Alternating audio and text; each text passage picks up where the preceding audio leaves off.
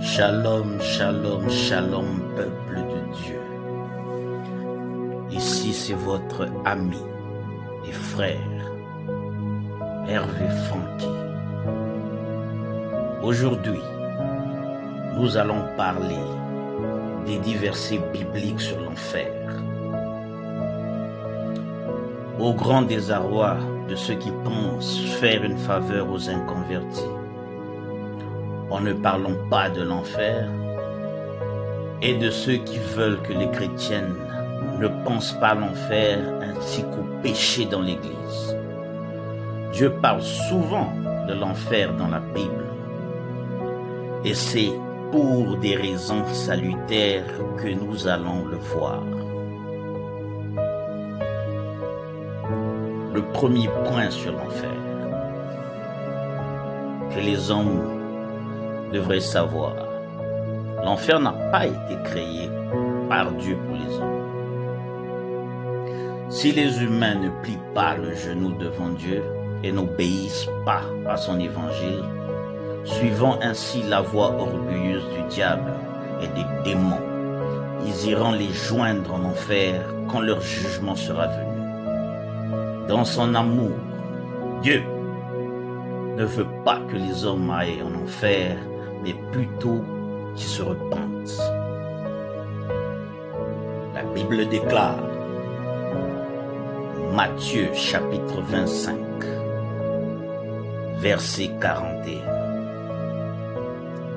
Ensuite, il dira à ceux qui seront à sa gauche: retirez-vous de moi, maudits, allez dans le feu éternel qui a été préparé pour le diable et pour ses anges.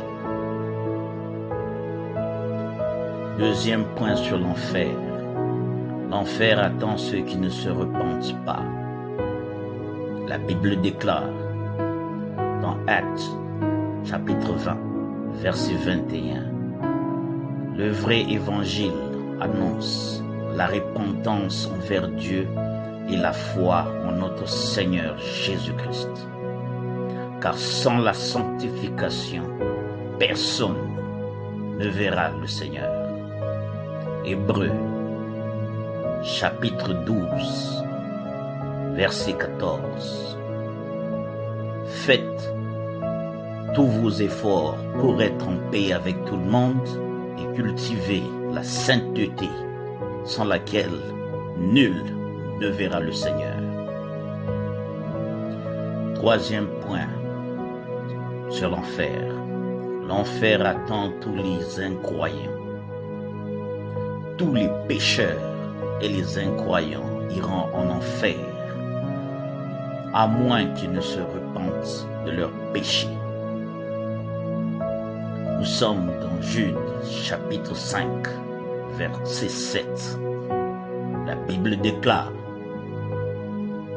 je veux vous rappeler, à vous qui savez fort bien toutes ces choses, que le Seigneur, après avoir sauvé le peuple et l'avoir tiré du pays d'Égypte, fit ensuite périr les incrédules qu'il a réservés pour le jugement du grand jour, enchaînés éternellement par les ténèbres, les anges qui n'ont pas gardé leur dignité, mais qui ont abandonné leur propre demeure, que Sodome et Gomorrhe et les villes voisines, qui se livrent comme eux à l'impudicité et à des vices contre nature, sont donnés en exemple, subissant la peine d'un feu éternel.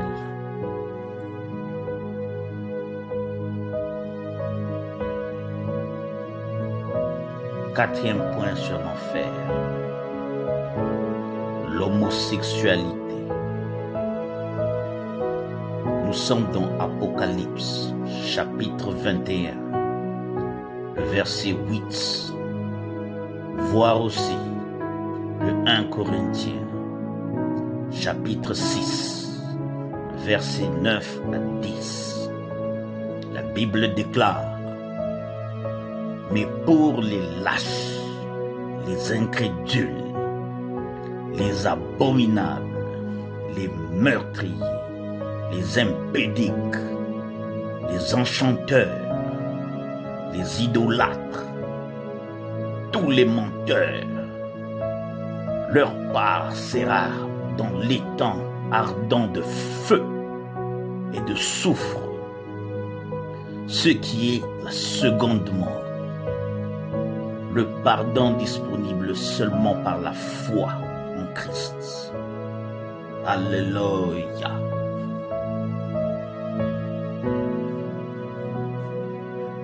Cinquième point sur l'enfer. L'enfer est un châtiment éternel.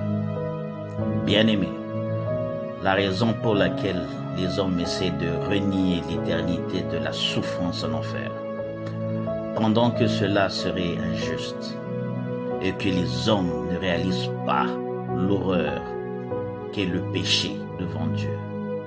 Péché contre l'infinie sainteté et la gloire de Dieu mérite une condamnation tout autant infinie. Certains pensent que l'enfer n'existe pas, ou bien qu'il n'est vraiment pas un châtiment éternel, soi-disant parce que Dieu ne peut pas faire ça. Maintenant, nous allons voir que dit la Bible.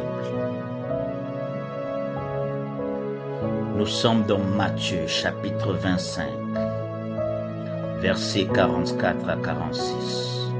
La Bible déclare: Seigneur, quand avons-nous vu, ayant faim, ayant soif, ou étranger, ou nu, ou malade, ou en prison, et nous ne t'avons pas assisté? Verset 45, il leur répondra: Je vous le dis en vérité, toutes les fois que vous n'avez pas fait ces choses à l'un de ces plus petits, c'est à moi que vous ne les avez pas faites. Verset 46, et ceux-ci iront au châtiment éternel, mais le juste à la vie éternelle. Amen. Sixième point sur l'enfer. L'enfer est un feu qui ne s'éteint point. Nous sommes dans Marc chapitre 9, versets 43 à 48. La Bible déclare: Si ta main est pour toi une occasion de chute, coupe-la. Mieux vaut pour toi entrer manchot dans la vie que d'avoir les deux mains et d'aller dans les géhennes, dans le feu qui ne s'éteint point. Si ton pied est pour toi une occasion de chute, coupe-le. Mieux vaut pour toi entrer boiteux dans la vie que d'avoir les deux pieds et d'être jeté dans la géhenne, dans le feu qui ne s'éteint point. Et si ton œil est pour toi une occasion de chute, arrache-le. Mieux vaut pour toi entrer dans le royaume de Dieu n'ayant qu'un œil que d'avoir les deux yeux et d'être jeté dans la géhenne, où leur ver ne meurt point et où le feu ne s'éteint point.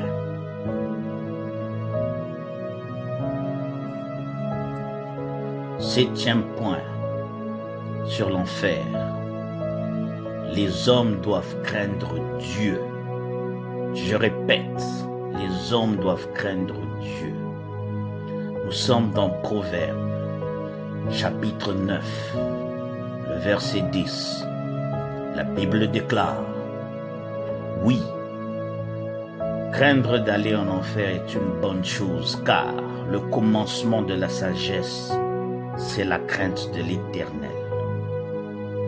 Nous sommes aussi dans Matthieu, chapitre 10, verset 28. Je répète, Matthieu, chapitre 10, verset 28. La Bible déclare: Ne craignez pas ceux qui tuent le corps et qui ne peuvent pas tuer l'âme, craignez plutôt celui qui peut faire périr l'âme et le corps dans la géhenne. Alléluia.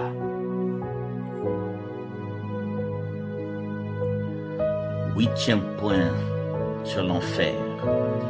Les gens doivent craindre le jugement de l'enfer. Nous sommes dans Luc, chapitre 12, verset 5. La Bible déclare: je vous montrerai qui vous devez craindre. Craignez celui qui, après avoir tué, a le pouvoir de jeter dans la géhenne. Oui, je vous le dis, celui que vous devez craindre. Amen. Neuvième point sur l'enfer. L'enfer n'est pas l'absence de Dieu. Nous sommes dans Apocalypse, chapitre 14, versets 10 à 11. La Bible déclare: il boira lui aussi du vin de la fureur de Dieu, versé sans mélange dans la coupe de sa colère. Et il sera tourmenté dans le feu et le soufre devant les saints anges et devant l'agneau. Et la fumée de leur tourment monte au siècle des siècles.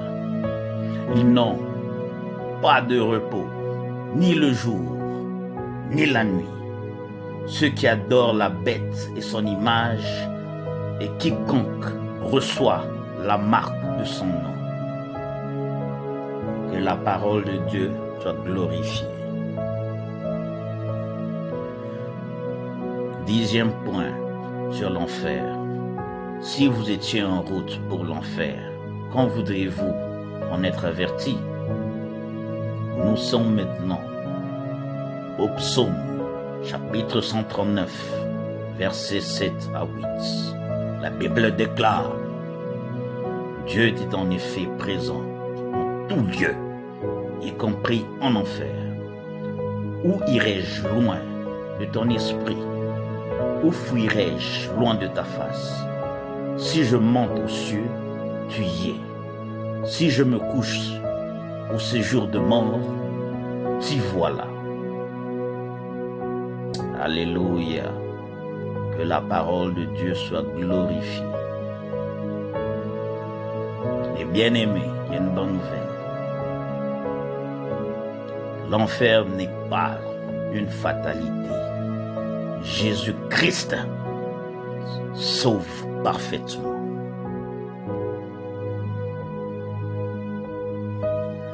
La parole de Dieu est claire. Dieu était en colère contre vous et moi pour nos péchés et notre rébellion contre sa volonté. C'est écrit dans Psaume chapitre 7, verset 11. Avant la conversion à Christ, nous sommes tous par nature des enfants de colère, comme les autres. Vous et moi, nous ne sommes pas sans espoir face à la condamnation de certains, de l'enfer pour nos péchés. Jésus, juste Jésus, bien-aimé, est mort et a souffert l'enfer sur la croix pour nous racheter de nos péchés. Le Fils de Dieu s'est substitué aux pécheurs qui croient en lui pour être sauvés et qui manifestent aussi son allégeance au Seigneur par la repentance, bien-aimé. Par son sang, serons-nous sauvés par lui de sa colère? Car lorsque nous étions encore sans force, Christ, au temps marqué, est mort pour les impies. À peine mourrait-on pour un juste. Quelqu'un peut-être mourrait-il pour un homme de bien. Mais Dieu prouve son amour envers nous. En ce que nous étions encore des pécheurs, Christ est mort pour nous. À plus forte raison donc, maintenant que nous sommes justifiés par le sang, serons-nous sauvés par lui de la colère? Car si lorsque nous étions ennemis, nous avons été réconciliés avec Dieu par la mort de son Fils, à plus forte raison, étant réconciliés, serons-nous sauvés par sa vie.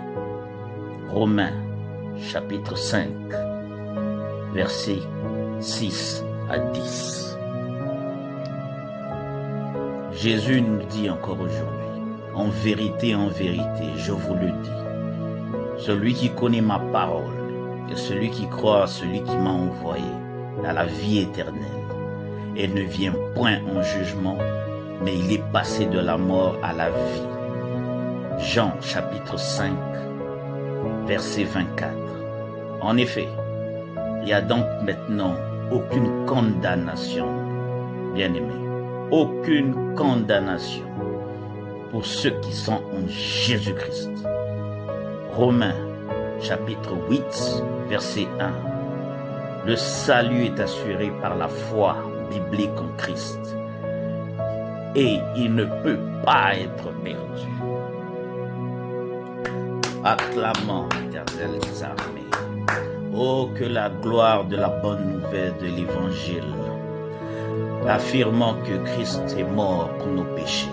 Selon les Écritures, il a été enseveli et qu'il est ressuscité le troisième jour. Selon les Écritures, dans 1 Corinthiens, chapitre 15, versets 3 à 4, comprenant et appréciant que la lumière du salut par la bonne nouvelle brille de mille feux, quand la noirceur du péché de la condamnation en enfer est claire à nos yeux. Les gens me posent la question, pourquoi parler de l'enfer? Pourquoi ce sujet? Parce qu'il n'y a pas de bonnes nouvelles sans mauvaises nouvelles. Pourquoi parler de l'enfer? Parce que celui à qui on pardonne beaucoup, aime beaucoup. Celui à qui on pardonne peu aime peu. Quel si grand salut, quel si grand Dieu et Sauveur en Jésus-Christ. Une personne a dit un jour, si vous étiez en route pour l'enfer, quand voudriez-vous en être averti? C'est un acte de profond amour. Bien aimé, c'est un acte de profond amour que de prévenir quelqu'un de ce danger terrible qui est l'enfer. Donc, soyons donc comme Christ et parlons avec amour de l'enfer pour annoncer l'évangile entièrement pour la gloire de Dieu et le salut des perdus. Et maintenant, je vais vous montrer un clip. Si pas maintenant, quand? Le choix est à vous. Je vous ai donné les versets bibliques. C'est à vous de décider maintenant.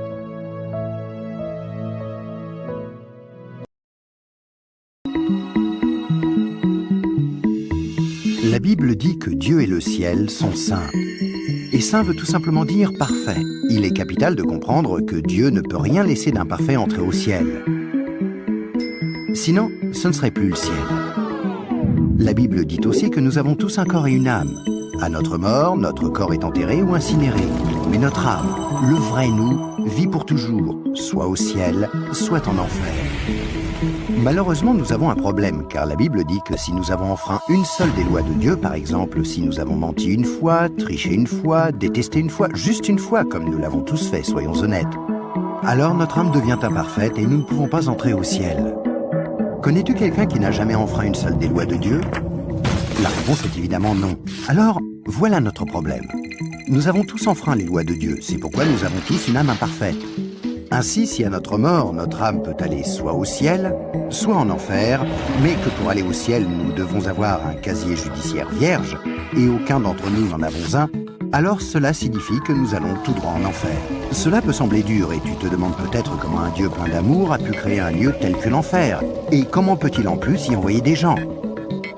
Alors pensons-y dans ce sens. Pense à quelqu'un que tu aimes vraiment. Maintenant, imagine que cette personne ait été assassinée. L'assassin est arrêté et plaide coupable. Mais tu es horrifié lorsque le juge dit « c'est très mal ce que vous avez fait. Mais parce que je suis un juge plein d'amour, je vais vous faire relâcher. Tu serais très fâché, n'est-ce pas?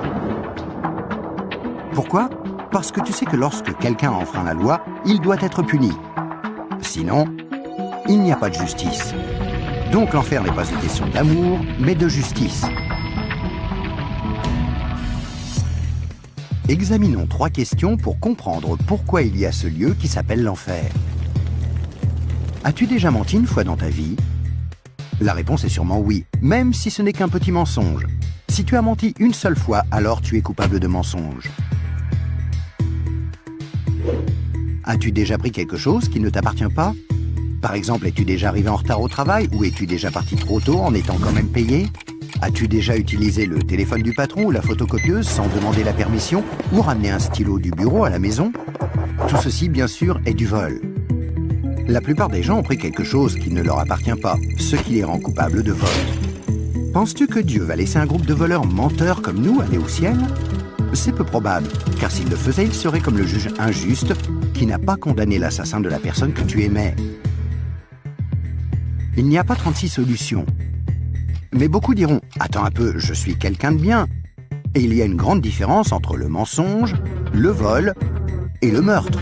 Or, je n'ai jamais tué personne. Mais ce qui est intéressant, c'est la façon dont Jésus a redéfini le mot meurtre. Il a dit « Si vous avez détesté quelqu'un dans votre cœur, vous l'avez tué dans votre cœur ». Alors, voici la dernière question. As-tu déjà détesté quelqu'un? La vérité, c'est que la plupart des gens ont déjà ressenti de la colère ou de la haine vis-à-vis des autres. Ce qui, selon Dieu, nous rend coupables de meurtre. Voilà la mauvaise nouvelle. Afin qu'il y ait une justice, il faut qu'il y ait un endroit comme l'enfer. Mais voici la bonne nouvelle. Et c'est là que Jésus entre en jeu. Ce qui distingue Jésus du reste du monde, c'est qu'il est parfait. Contrairement à nous, il n'a enfreint aucune des lois de Dieu. C'est pourquoi il a un casier judiciaire vierge, une âme parfaite. Imagine la scène avant que Jésus ne vienne sur terre, il y a 2000 ans. Jésus a regardé dans l'avenir et t'a vu ici aujourd'hui. Il s'est tourné vers Dieu, son Père, et lui a demandé « Père, j'aime les gens de ce monde et je ne veux pas qu'ils aillent en enfer pour avoir enfreint tes lois. Existe-t-il un moyen pour qu'ils soient pardonnés ?» Dieu le Père a regardé son Fils et a dit « Jésus, il n'y a qu'un moyen. Tu devras aller sur terre, devenir un être humain et vivre une vie parfaite. Puis tu mourras d'une mort cruelle sur une croix pour prendre la punition que les gens du monde méritent pour avoir enfreint mes lois. Quand tu auras fait ceci, le jour où ils te demanderont d'échanger leur casier judiciaire avec ton casier judiciaire parfait, alors il leur sera possible d'être pardonnés. » Jésus a accepté volontairement, et il y a 2000 ans, il est venu pour donner sa vie pour nous, pour payer le prix de toutes les lois de Dieu que nous avons enfreintes. Or, il n'y a pas de plus grand amour que lorsque quelqu'un donne sa vie pour nous. Mais il y a encore autre chose que nous devons faire pour être pardonnés. Il y a 3 événements principaux dans la vie de chacun. La naissance et la mort, mais nous n'avons aucun contrôle là-dessus. Mais il y a aussi le 3e, le jour où nous demandons à Jésus de nous pardonner, quand nous lui demandons de nous donner son casier judiciaire vierge. Il y a certaines idées reçues à ce sujet, mais dans la Bible, le principe du pardon de Dieu est clair. Nous ne sommes pas pardonnés en étant baptisés ou confirmés, ni même en priant occasionnellement, ou en allant à l'église, ou en croyant en Dieu, ou en essayant d'être bons. Ce sont toutes de bonnes choses, mais aucune ne nous accorde le pardon. Jésus a dit qu'il y a 2 choses que nous devons faire pour être pardonnés. La première est que nous devons avoir la volonté de nous détourner de tout ce que nous savons être mal et demander pardon à Dieu. Remarquez le mot « volonté ».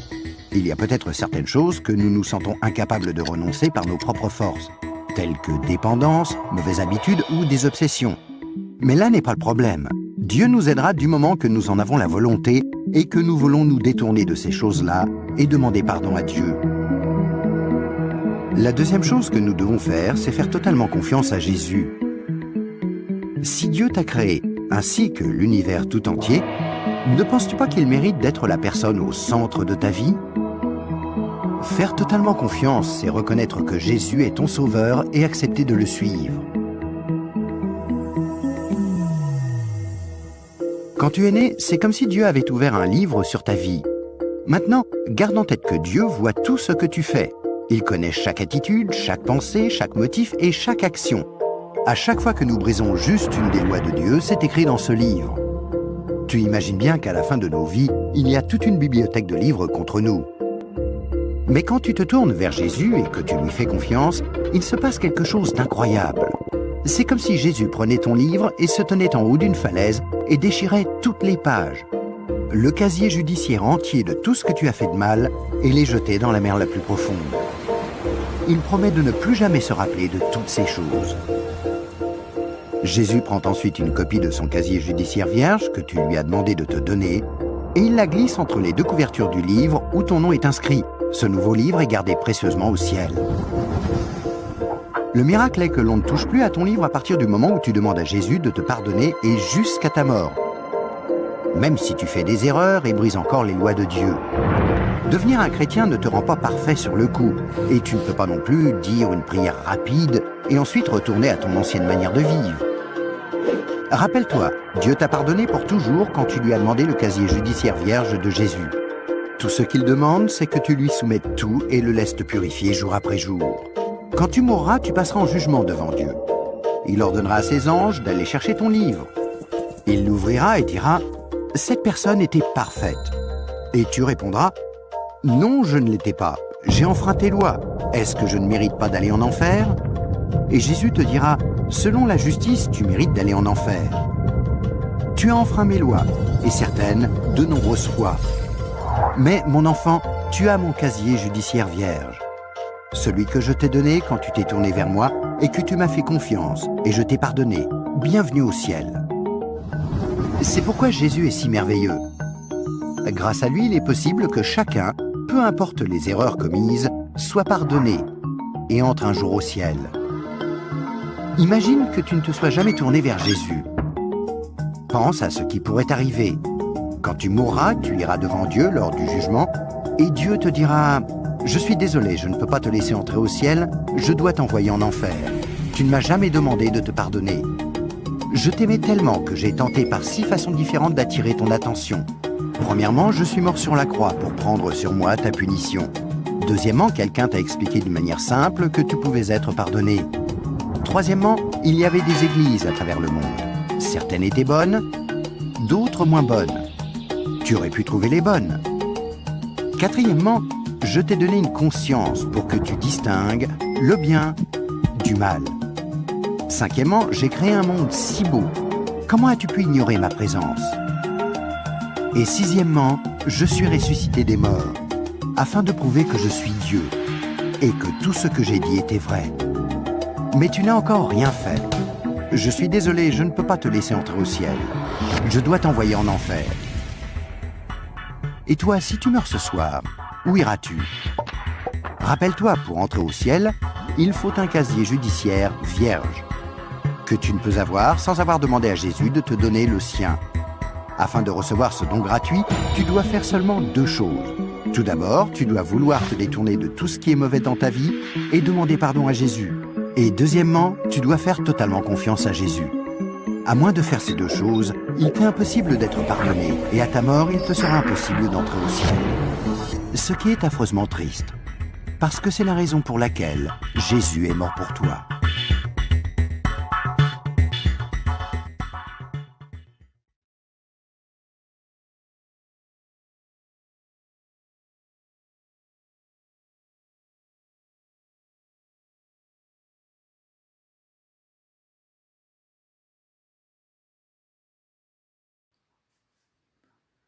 Bien-aimés, nous avons entendu, nous tous, vous m'avez entendu.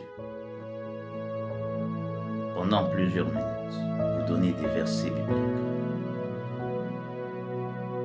La vie et la mort sont au pouvoir de la langue. Une bouche fermée et une destinée fermée. Maintenant, je vais vous donner 2 versets bibliques. Et pour conclure, nous allons prier. Le premier verset biblique, nous sommes dans 1 Jean, chapitre 1, verset 9.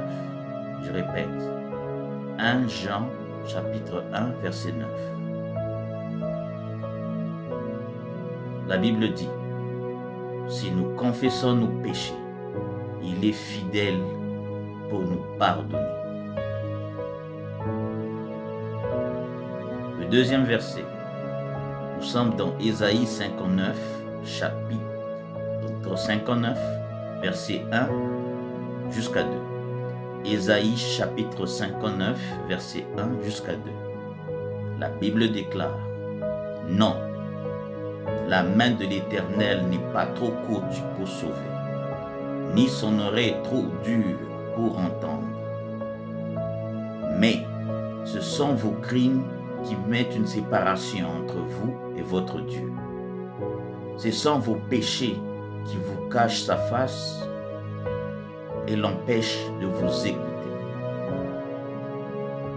Maintenant, bien-aimés, je vous invite donc à faire cette prière avec moi pour passer de ténèbres à la lumière et rétablir la puissance de la croix dans ta vie qui te donne la victoire sur le péché et la mort. Répétez après moi. Seigneur, pardonne-moi. Pardonne mes offenses. Pardonne mon péché. Permets-moi, Seigneur mon Dieu, de plaider au travers du sang de l'agneau. Donne-moi d'être complètement et totalement affranchi. D'être complètement et totalement nettoyé. Pour entrer dans mon appel, ma carrière, ma destinée et voir ta gloire se manifester dans ma vie.